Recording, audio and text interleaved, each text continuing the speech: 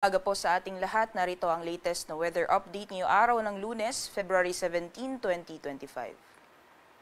Sa kasalukuyan po ay wala tayong binabantayan na LPA o bagyo sa loob at labas ng ating Philippine Area of Responsibility at kung makikita po natin dito sa ating latest sa satellite animation, malaking bahagi po ng ating bansa ay makakaranas po ng maaliwalas na panahon. Wala po tayong namamataan na mga kapal na kumpul na kaulapan na posible pong magdulot ng buong araw na tuloy-tuloy na mga pag-ulan sa malaking bahagi po ng ating kapuluan. Except na lang po dito sa may bahagi ng Northern Luzon dahil sa patuloy na epekto ng amihan, pati na rin po ng shear line, maaaring makaranas po tayo ng mga pagulan along the eastern sections of Northern Luzon area at itong Intertropical Convergence Zone naman or ITCZ ay maaaring magdulot din ng mga pagulan dito po sa may katimugang bahagi or southern portions ng Mindanao, gayon din sa may Palawan.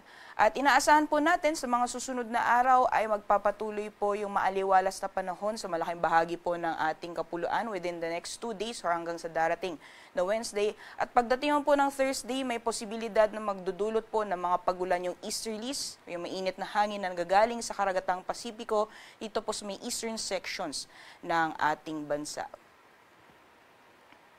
Dako tayo sa magiging lagay ng panahon ngayong araw dito po sa Luzon.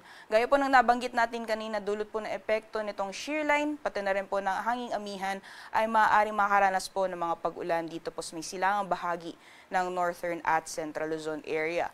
For areas po ng Batanes, gayon din sa Cagayan at sa Apayao, maaaring makaranas po tayo ng mga light to moderate na mga pag-ulan, dulot po ng epekto ng hanging amihan.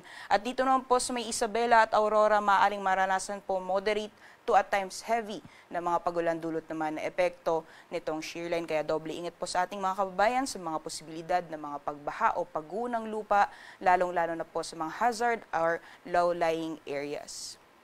Sa nalalawing bahagi naman po ng Luzon ay asahan po natin magpapatuloy yung maaliwalas na panahon. Magiging mainit po lalong-lalo na pagdating ng tanghali at may mga posibilidad lamang po ng mga panandalian o mga biglaang buhos ng ulan, dulot po ng mga thunderstorms. Mas madalas po yan sa hapon o sa gabi. Temperature forecast naman po para sa mga piling syudad dito sa Luzon, para sa Lawag, Tugigaraw, gayon din dito sa Metro Manila at sa Legazpi. Yung maximum temperatures po natin maaaring umabot ng 31 degrees Celsius. Agwat ng temperatura sa Baguio ay nasa 17 to 23 degrees Celsius at 22 to 30 degrees Celsius naman para sa Tagaytay.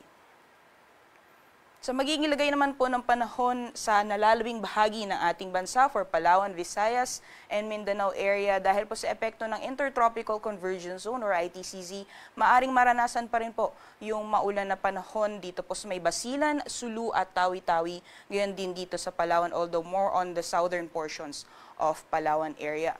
And for the rest of Visayas and Mindanao, generally fair weather conditions pa rin po inaasahan natin ngayong araw, except na lamang po yung mga isolated na thunderstorms na mas madalas din pong nararanasan sa hapon o sa gabi.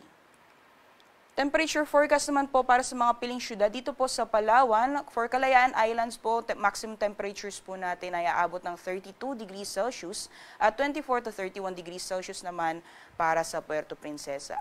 Sa mga piling syudad naman po for Visayas, maximum temperatures po natin for Iloilo, Tacloban, as well as Cebu, maaaring umabot ng 31 degrees Celsius.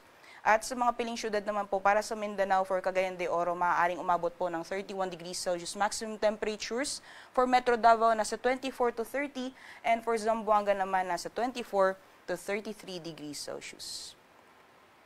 Para naman po sa magiging lagay ng ating karagatan, wala po tayong gale warning or babala sa matataas na mga pag-alon. Ngunit iba yung pag-iingat pa rin po or inaasahan pa rin natin yung katamtaman hanggang sa maalon po na karagatan dyan po sa mga dagat baybayin ng Northern Luzon. Kaya iba yung pag-iingat na lamang po sa mga planong pumalaot dyan po sa mga nasabing dagat baybayin. Sunrise po natin ay 6:19 a.m., sunset naman ay 6:01 p.m. Para sa karagdagang impormasyon, bisitahin lang po ang aming social media accounts at ang aming website, pag-asa.dost.gov.ph. Yan lang po latest mula dito sa Pag-asa Weather Forecasting Center. Ako po si Rhea Torres. Magandang umaga po sa ating lahat.